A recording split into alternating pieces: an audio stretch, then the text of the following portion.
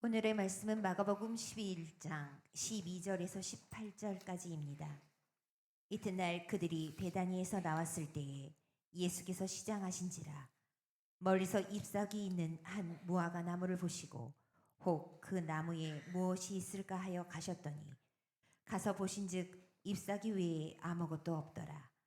이는 무화과의 때가 아님이라. 예수께서 나무에게 말씀하여 이르시되 이제부터 영원토록 사람이 네게서 열매를 따먹지 못하리라 하시니 제자들이 이를 듣더라. 그들이 예루살렘에 들어가니라. 예수께서 성전에 들어가사 성전 안에서 매매하는 자들을 내쫓으시며 돈 바꾸는 자들의 상과 비둘기 파는 자들의 의자를 둘러 엎으시며 아무나 물건을 가지고 성전 안으로 지나다님을 허락하지 아니하시고 이에 가르쳐 이르시되 기록된 바 내 집은 만민이 기도하는 집이라 칭함을 받으리라고 하지 아니하였느냐. 너희는 강도의 소굴을 만들었도다 하시니 대제사장들과 서기관들이 듣고 예수를 어떻게 죽일까 하고 꾀하니 이는 무리가 다 그의 교훈을 놀랍게 여김으로 그를 두려워하밀러라. 아멘. 아멘. 우리 옆에 있는 분들하고 한번 인사를 하면서 오늘 또 말씀을 들으면 좋겠습니다. 열매를 맺읍시다. 한번 인사하겠습니다. 열매를 맺읍시다. 네. 열매를 맺는 우리의 삶이 되길 소망합니다. 우리 한 번 더 인사할 때에 청소도 합시다. 한번 인사해요. 네. 무슨 말인가 싶을 텐데요. 한번 인사부터 한번 해보십시오. 청소합시다. 한번. 네. 네, 여러분. 열매를 맺자, 청소를 하자, 이렇게 인사를 했는데 오늘 말씀을 통해 이 말씀이 어떻게 나에게 주시는 말씀인지 우리가 함께 집중하면서 말씀을 들을 수 있으면 좋겠습니다. 여러분, 아침 식사는 하고 오셨습니까? 네, 일찍 일어나셔서 집사님 식사를 아주 든든하게 하고 오신 것 같아요. 근데 여러분, 아침 식사를 든든하게 하고 오면 이 자리가 어떤 자리가 되죠? 맞아요. 잠 오는 자리가 될 때가 참 많은 것 같아요. 그런데 반대로 아침을 안 먹고 오시면 또 어떻게 될까요? 더 졸려워요. 맞아요. 왜냐하면 안 먹어서, 힘겨워서, 지쳐서, 그래서 또 잠이 솔솔 오는 것 같습니다. 어찌됐든 주일 아침은 이래도 저래도 잠이 오는 아침인 것 같습니다. 그런데 여러분, 그 졸린 잠들을 하나님께서 다 깨워주시고 말씀의 은혜로 덮어주시는 귀한 시간 되길 소망합니다. 여러분, 우리가 이렇게 배가 고프고 잠이 오는 것처럼요, 예수님께서도 오늘 시장하셨다라고 하는 표현이 읽은 말씀에 나옵니다. 배가 고프면 먹어야 하지요. 잠이 오면 자야만 합니다. 이게 사람인 것이지요. 이처럼 예수님께서도 육체를 가진 인간이셨다라고 하는 사실을 잘 나타내 주는 단어가 뭐냐? 시장하셨다라고 하는 단어예요. 시장했다, 배가 고프다라는 말이죠. 하지만 이 말씀에서 시장하다라는 의미는요, 배고픈 것으로 끝나지 않습니다. 한 단계 더 나아갑니다. 여러분, 배가 고프면 음식에 대해 어떤 마음이 드시나요? 배가 너무 고파요. 그러면 음식에 대하여서 생각만 해도 입에 침이 돌아요. 그리고 눈앞에 뭐가 아른아른 거려요. 오늘 예배고 뭐고 빨리 마쳤으면 좋겠어요. 그냥 점심, 점심, 점심, 점심. 내 머릿속, 내 마음속에는 목사님도 안 보이고 말씀도 안 들어오고 그냥 점심만. 오늘 점심 메뉴가 무엇인가? 이것만 내 마음속에 아마 맴돌게 될 것입니다. 다시 말하면 배고픈 것을 채우기 위하여서 먹을 것에 대하여 열망한다는 것입니다. 빨리 배가 채워지기를 음식에 대한 갈급한 마음, 절실한 마음을 품게 된다라는 것이죠. 이것이 바로 시장하다라는 또 다른 의미가 담겨 있다는 것입니다.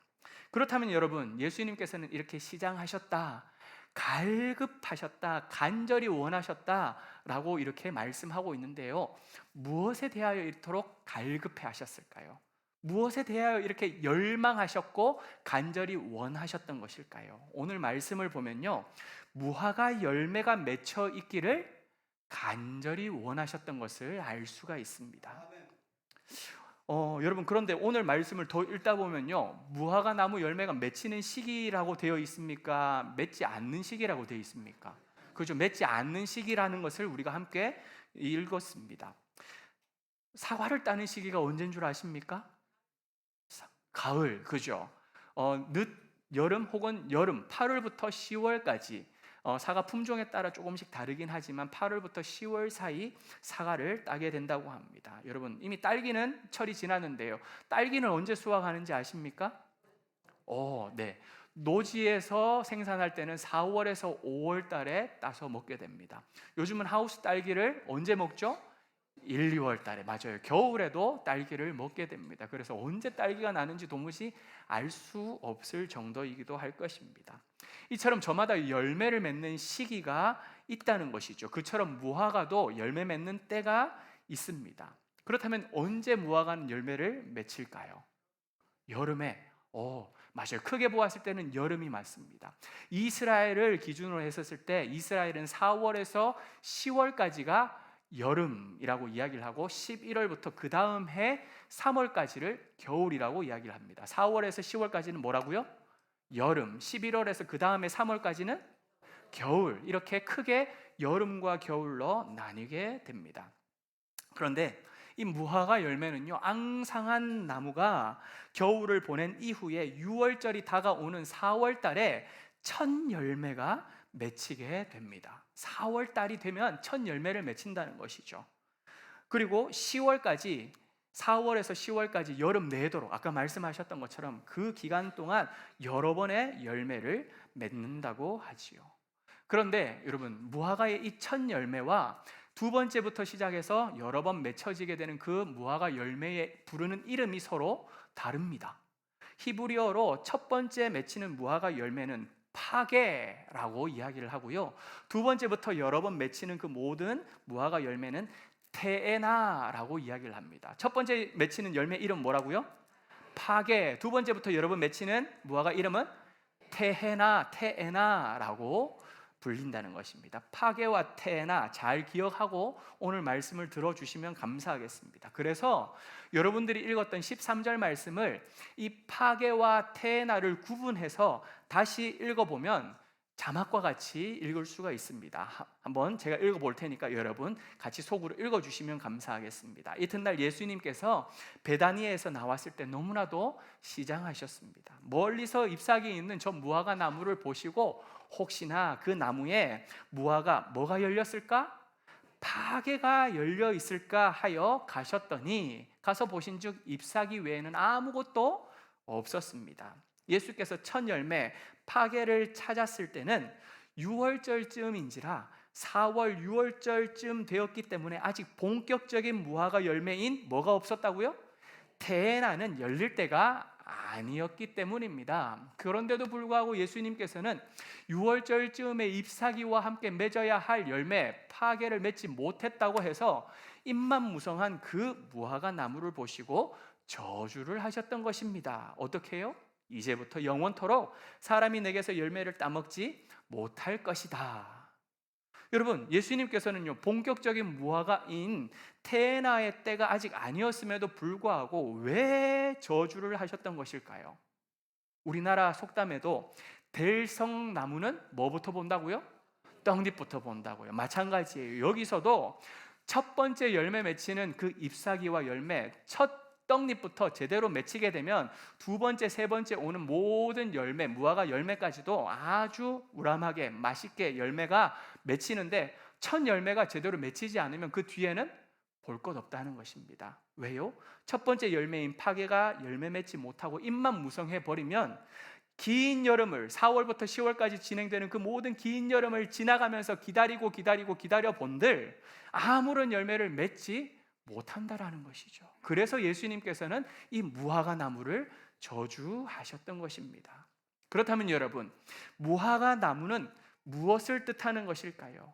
예수님께서는 이 무화과 나무라고 하는 것을 시청각 교육 교재로 사용하시면서 무화과 나무가 무엇이다 라고 하는 것을 제자들에게 보여주시기 위함이셨습니다. 그렇다면 무화과 나무가 도대체 무엇이었을까요? 나입니다. 네. 성경에서 먼저 이야기하는 무화과 나무가 무엇인지부터 한번 찾아본다면 이사야 28장 4절 말씀입니다. 함께 읽어보겠습니다. 그 기름진 골짜기 꼭대기에 있는 그의 영화가 쇠잔에 가는 꽃이 여름전에 처음 익은 무화과 같으리니 보는 자가 그것을 보고 얼른 따서 먹으리로다. 네, 여러분, 무화과의 첫 열매가 4월쯤에 열린다고 했어요. 그리고 겨울은 11월부터 3월까지, 이듬해 3월까지 겨울이라고 이야기했습니다. 긴 겨울을 견디고 첫 번째 무화과 열매 파괴가 여름이 되기 직전에 간신히 열리게 되었습니다. 그렇다면 여러분, 겨울 동안 과일을 먹고 싶었음에도 불구하고 못 먹고 기다리고 있었기 때문에 그 파괴, 첫 무화과 열매가 얼마나 귀할까요? 절실히 기다렸던 무화과 열매였다는 것입니다. 그런데 여러분, 행인이 지나가다가 이스라엘 백성들은 요 열매 함부로 따먹기도 너무너무 안타까운 그 열매였는데 행인이 그냥 지나가다가 툭 하고 따서 먹어버렸다는 거예요. 먹어 치워버린 거예요. 이스라엘 백성은 그렇게 간절하게 기다리고 있었는데 그렇게 순식간에 사라지는, 냉큼 따먹어버리는 무화과 열매, 여러분들이 그 앞에 그 장면을 보고 있다면 어떤 마음이 드시겠습니까? 허무할 것입니다. 허망할 것입니다. 아니, 그렇게 5개월 이상을 기다렸는데 이렇게 그냥 한순간에 순식간에 사라져버린다고? 어머나 속상해, 허무해, 허망해, 이런 마음이 들 것입니다. 지금 여러분들이 읽은 이 이사야 28장 말씀은요, 이사야 선지자가 자신이 활동할 당시에 북이스라엘이 아수르에게 멸망하는 장면을 보고 이렇게 고백했던 내용이지요. 순식간에 뭐가 없어져 버린 이 무화과 열매처럼 북이스라엘이 이렇게 한순간에 멸망해 버리는구나, 한순간에 그냥 제로 날아가 버리는구나, 그렇게 허망한 모습을 표현하고 있다는 것입니다. 다시 말하면 이 무화과 나무는 누구를 이야기하는 걸까요? 이스라엘을 뜻하는 것이지요. 미가서 7장 1절 말씀도 한번 읽어보겠습니다. 재앙이로다 나여 나는 여름 과일을 딴 후와 포도를 거둔 후 같아서 먹을 포도송이가 없으며 내 마음에 사모하는 처음 익은 무화과가 없도다. 네, 내 마음에 사모하는 처음 익은 무화과 나무가 있다 없다? 없더라 라고 이야기를 하고 있어요. 미가 선지자는요, 남유다에 보냄받은 선지자예요. 이사야는 북이스라엘에 보냄받은 선지자, 미가 선지자는 남유다에서 활동했던 선지자였습니다. 그런데 여러분, 아까도 말씀드렸던 것처럼 긴 겨울을 지나가면서, 어찌 보면 엄청난 겨울의 터널을 지나가면서 먹을 것이 없었던 이 이스라엘 백성들, 그들이 간절히 사모하면서 기다리는 이 무화과 하나, 이것이 바로 파괴였던 것이죠. 그런데 미가 선지자의 고백처럼 여러분, 그토록 사모하던 열매가 지금 맺혔다는 것입니까? 안 맺혔다는 것입니까? 안 맺혔다는 거예요. 이 말은 무슨 뜻이냐? 남유다에 열매가 없다는 것입니다. 그렇게 사모하였지만 이 남유다가 황폐하여져서 더 이상 맺힐 열매가 없구나, 더 이상 이 남유다에는 소망이 없구나, 열매가 끊어져 버렸구나 라는 한탄의 표현이 바로 미가서 7장 1절의 말씀이라는 것이죠. 이를 보면 이 무화과 나무는 또 누구를 가리키고 있는 것이죠? 남유다, 이스라엘 백성, 하나님의 자녀들을 일컫는 단어가 바로 무화과 나무 열매라는 뜻이지요. 그러므로 여러분, 예수님께서 시장하셨다, 열망하셨다라고 하는 이 단어와 무화과 열매를 서로 연결해서 본다면 예수님께서는 이스라엘 백성들이 열매 맺기를 간절히 열망하셨다, 이스라엘 백성들, 하나님의 자녀들이 열매 맺는 것을 간절히 원하셨다라고 하는 것이 바로 예수님이 시장하셨다라고 하는 단어의 의미라는 것입니다. 사랑하는 여러분, 예수님께서는요, 하나님의 자녀들, 하나님의 백성들이 이토록 영적으로 열매 맺는 삶을 애원하셨지만 오늘 말씀, 열매 맺지 못하는 무화과 나무, 이 제목과도 같이 이 열매 맺지 못하는 무화과 나무를 통하여 이스라엘의 영적 상태를 들추어 내기를 원하셨던 것이지요. 지금 영적인 상태가 어떤 상태입니까? 메마른 상태라는 거예요. 열매를 맺지 못하는 상태라는 것입니다. 그렇기 때문에 청소가 필요했던 것입니다. 뭐가 필요했다고요? 청소가 필요했던 것이지요. 과감하게 뒤집어 엎어야만 했던 상황이라는 것입니다. 그 내용을 어떻게 알 수 있느냐? 여러분 읽은 15절 말씀을 성경을 한번 보십시오. 첫 번째로 성전 안에서 매매하는 자들을 예수님께서는 내쫓으셨습니다. 성전 안에 여러분 왜 매매하는 사람들이 있었을까요? 다시 말하면 우리 교회 안에 판매하는 사람들이 들어와 가지고 1층에서 2층에서 뭔가를 주고 팔고 사고 판매한다라는 것입니다. 사람들은 제사를 드리기 위해 제물을 하나님 앞에 올려드리지요. 그런데 그 제물을 이 이스라엘 백성들은 어디서부터 준비를 했느냐? 집에서부터 준비를 해갔습니다. 잘 키운 어린 양, 새끼 양을 고르고 골라서 가장 흠 없는 것을 하나님 앞에 드리기 위하여서 하루길도 때로는 10일길도 그 양을 때로는 품에 안기도 하고 끌기도 하면서 예루살렘 성전으로 갔던 것이지요. 그렇게 갔는데 가는 길에 여러분 양의 털이 상하게 된 것입니다. 피부에 상처를 입게 된 것입니다. 다리가 삐끗해가지고 앵해 거리면서 절뚝발이가 되어져 버리기도 하는 것이죠. 그렇게 제물을 검사하는 제사장 앞에 제물을 들고 나아갔을 때에 제사장이 이야기를 합니다. 아니 이렇게 다친 양을 하나님께 바친다고? 지금 제정신이냐고? 하나님은 이렇게 흠이 있는 제물은 받지 않으신다라고 그 사람을 돌려보내버리는 거죠. 그럼 어떻게 해야 되겠습니까? 조금 상처 있는데 털이 살짝 밀렸는데 별로 크게 흠잡을 것이 없는데도 불구하고 그 소중하게 여겼던 양을 아주 싼 값에다가 팔아야지만 했습니다. 그리고 난 다음에 저 뒤에서 팔고 있는 양을 아주 비싼 값으로 사야지만 했던 것이지요. 여러분 어쩔 수 없이 자기 양을 헐값에 팔고 비싼 값을 주고 새 양을 사야만 했던 그 상황이 바로 매매하는 사람들을 통하여 일어났던 현실이었던 것이죠. 때로는요 멀쩡한 양도 이 제사장이 안 돼? 이걸로는 안 돼? 아니 괜찮지 않습니까? 문제 없지 않습니까? 아니 근데 안 돼? 이런 식으로 무조건 돌려보내서 값비싼 재물을 억지로 사도록 만들기도 했다는 것입니다.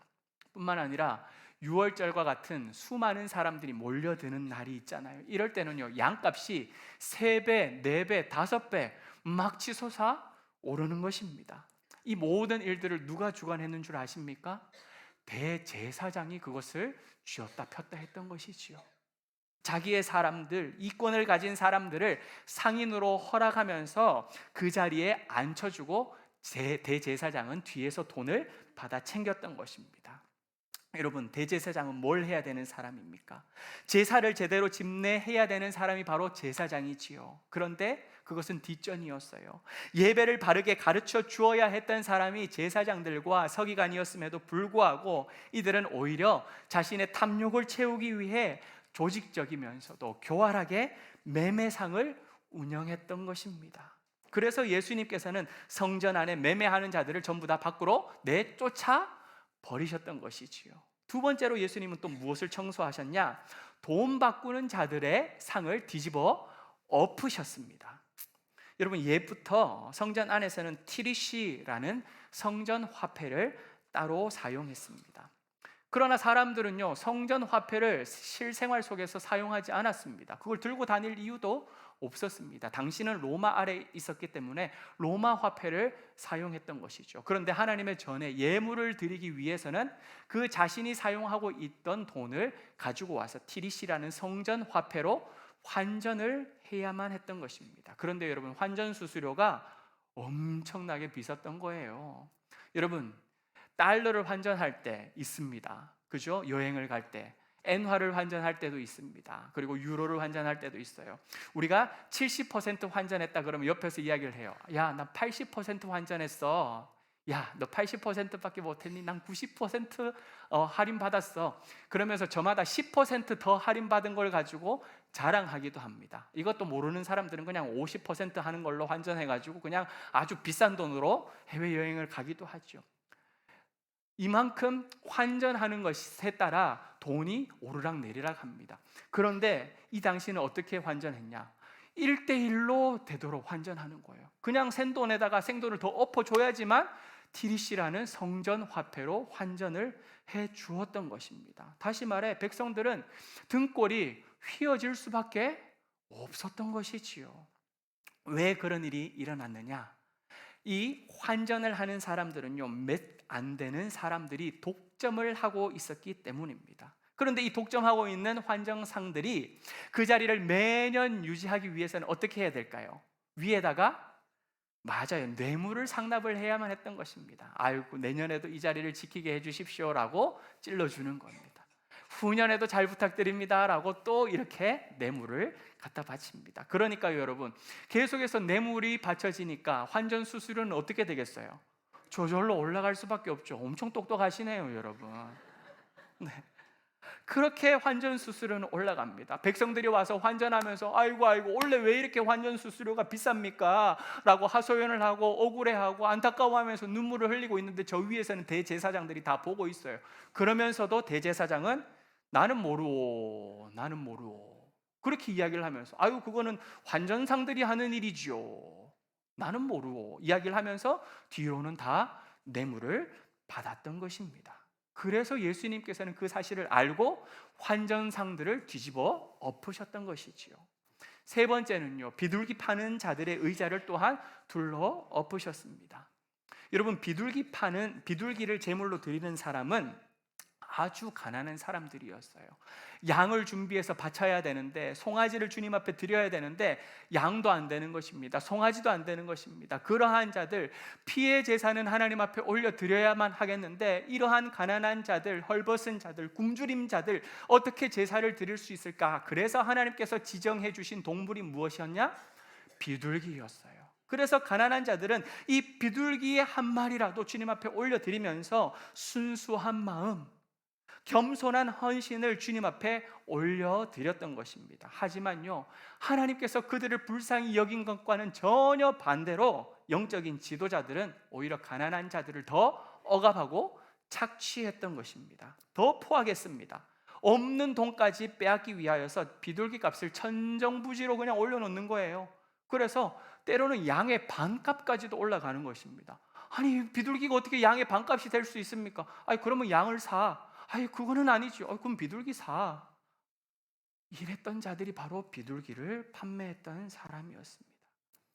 어쩔 수 없이 값비싼 비둘기를 울며 겨자 먹기식으로 살 수밖에 없었던 것이지요. 예수님은 이를 보시고 한마디로 탄식하셨습니다. 뭐라고요? 강도의 소굴이 되었다, 탄식하셨던 거예요. 강도의 소굴이 되었다라는 것입니다.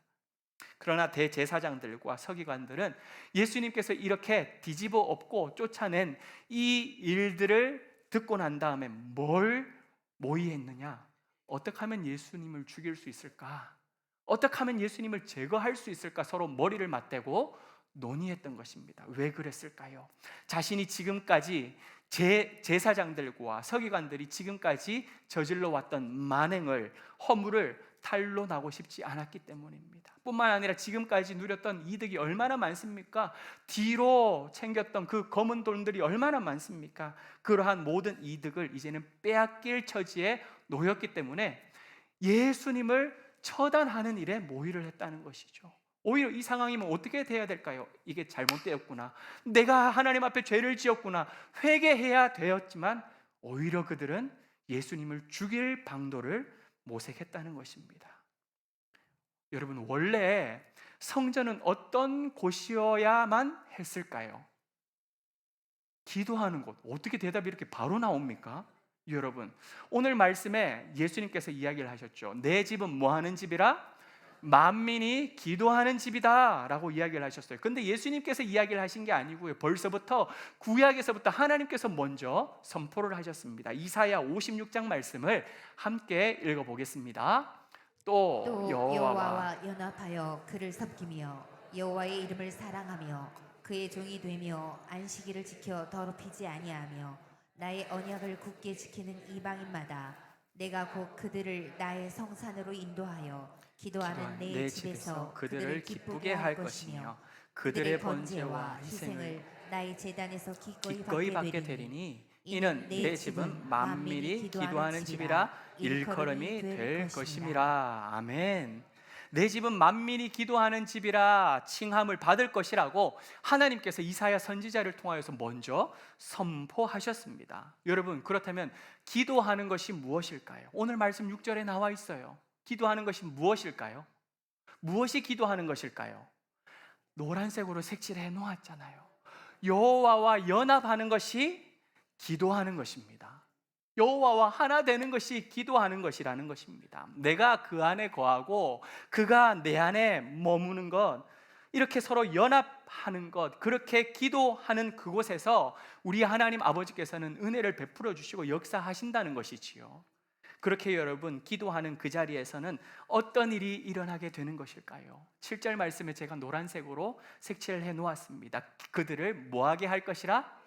기쁘게 할 것이라. 사랑하는 여러분, 주의 전에 나와 기도하는 그 자리는 주님께서 기쁨을 베풀어 주시는 자리인 줄 믿습니다. 은혜를 베풀어 주는 자리고, 여러분들의 무거운 짐들을 덜어내 주는 자리고, 찬송하도록 만들어 주는 자리, 그 자리가 바로 여호와의 집이며 기도하는 자리인 줄 믿습니다.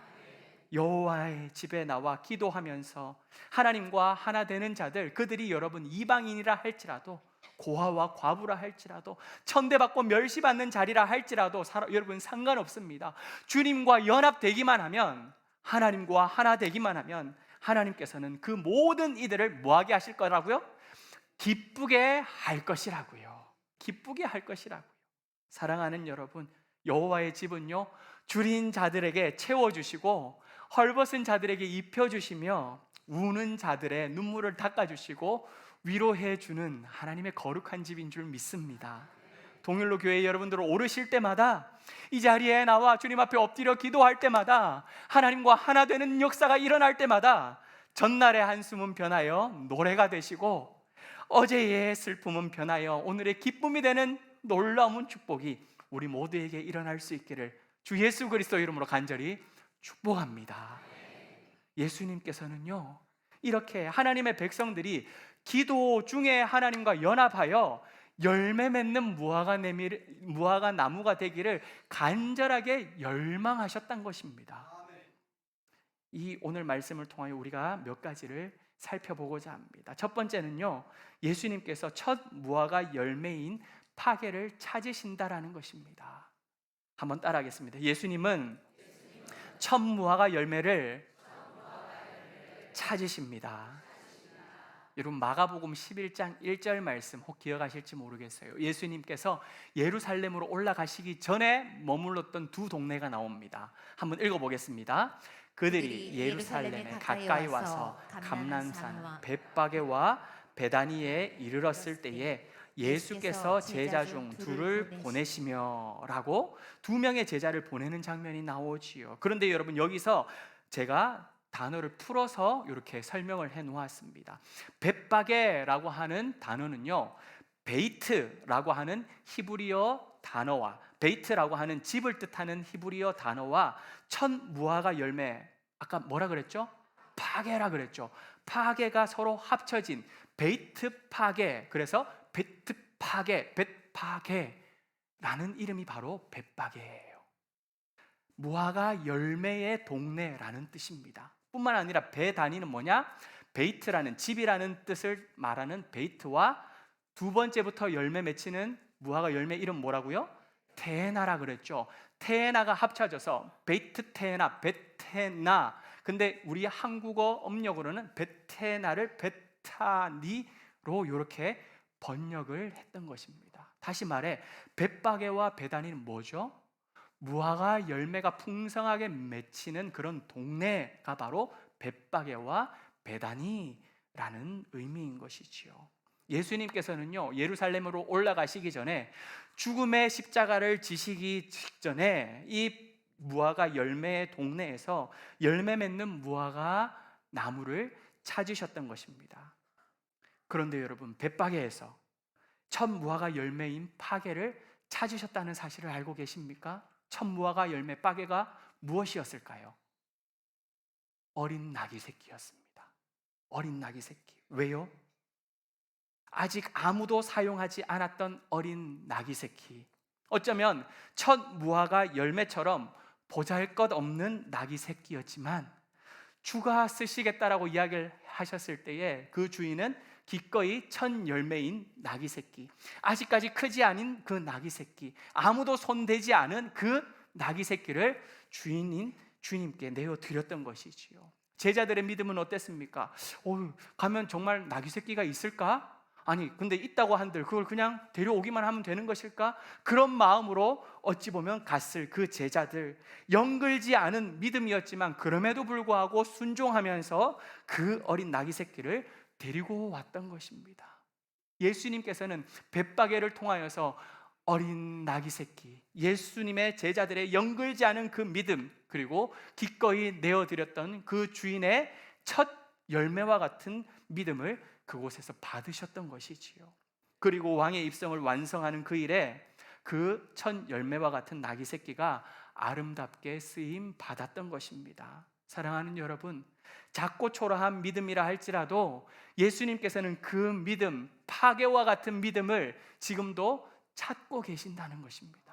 마찬가지예요. 그 당시만 찾았던 것이 아니라 오늘날 이 시대, 이 자리 가운데서도 우리에게 작지만, 연약하지만, 보잘것없지만 형편없다라고 여겨지는 그 첫 열매와 같은 파괴를 주님께서는 찾고 계시고, 그리고 그 믿음을 축복하시면서 하나님의 나라에, 하나님의 일에 그 여러분들의 믿음을 사용하시는 줄 믿습니다. 사랑하는 여러분, 파괴와 같은 믿음, 저는 너무나도 보잘것없는데요, 형편없는데요, 다른 사람들 보기에 민망한데요.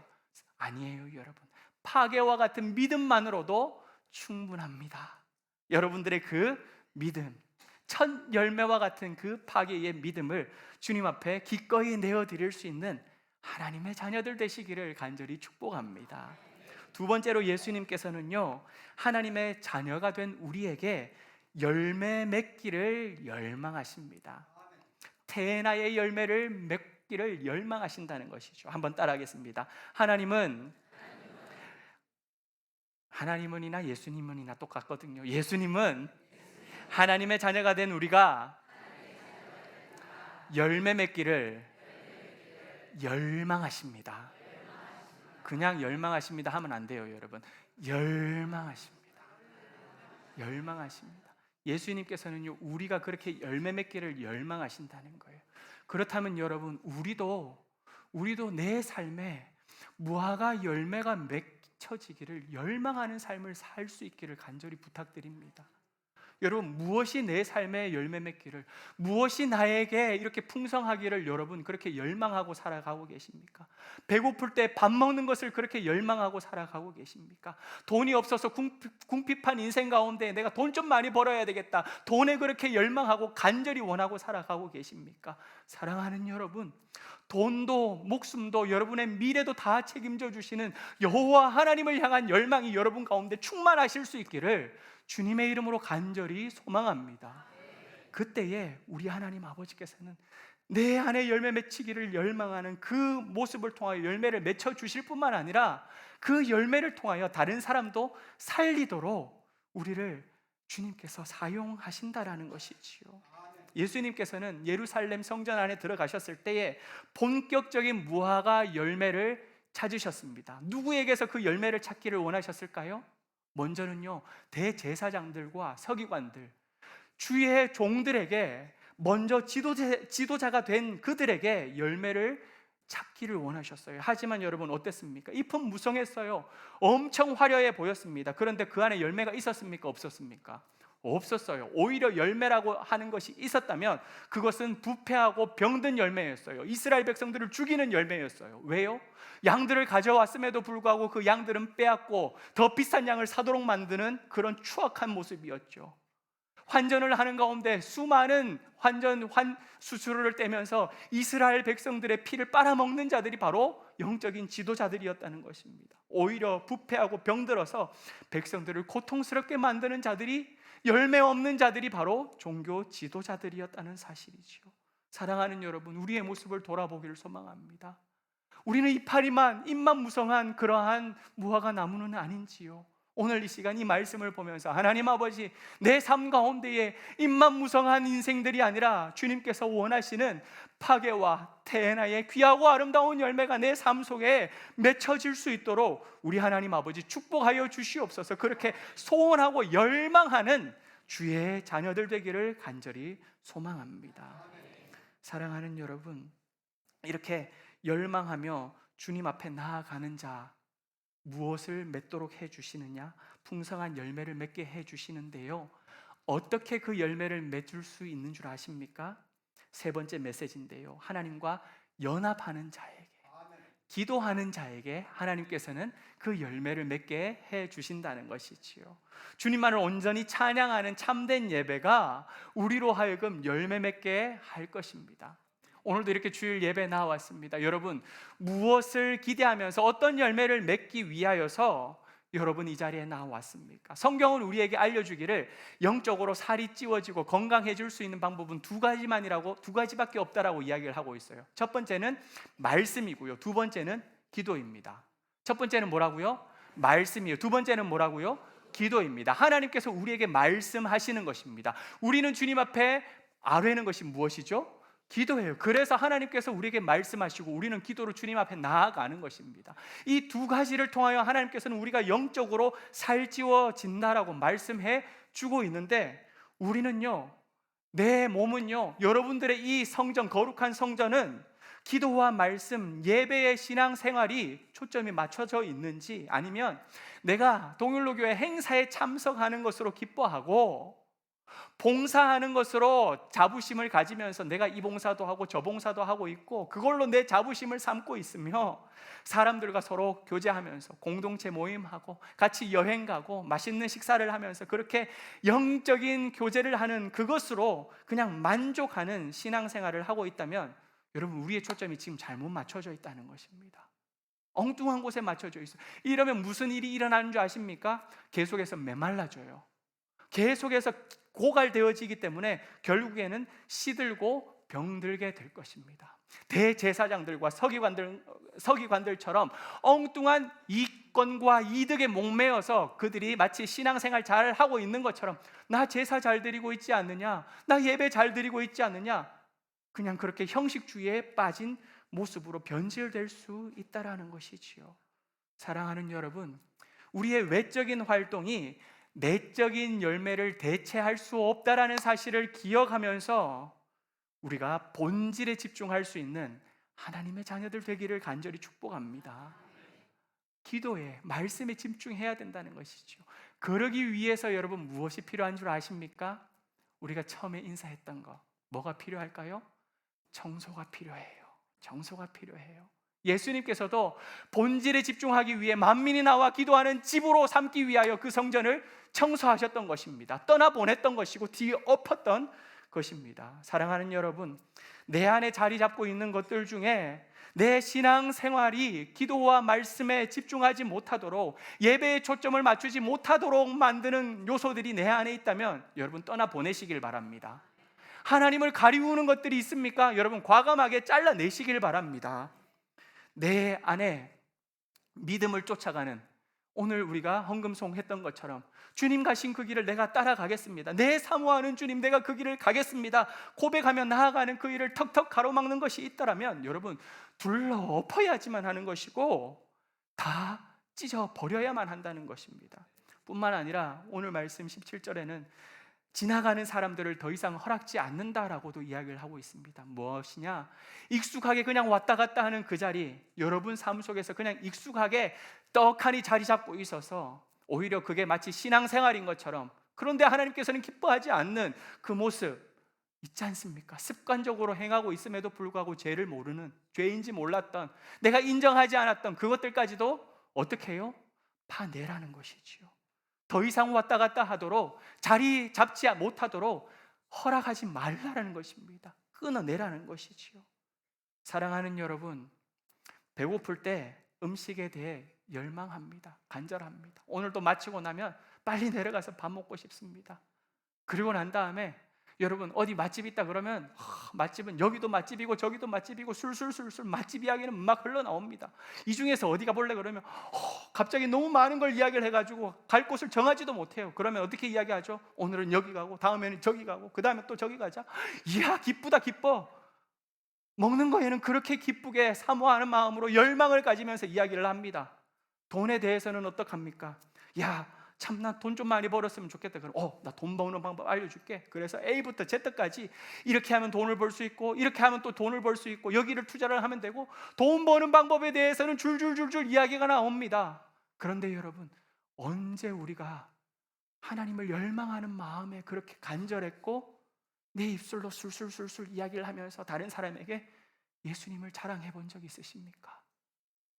오늘 이 시간 우리가 비워야 할 것들을 비워내고 오직 예수 그리스도로 가득 채우는 주 예수 그리스도로 열망하는 그 마음이 단순히 예수님이 우리를 향한 열망만이 아니라 나도 내 자신을 바라보면서 하나님 내가 주님으로 채워지는 그 은혜가 아름다운 무화과 열매가 첫 열매부터 그 다음 열매까지 맺혀지는 그 놀라운 은혜가 내 삶 속에 펼쳐지게 하여 주시옵소서. 간절히 열망하고 사모합니다.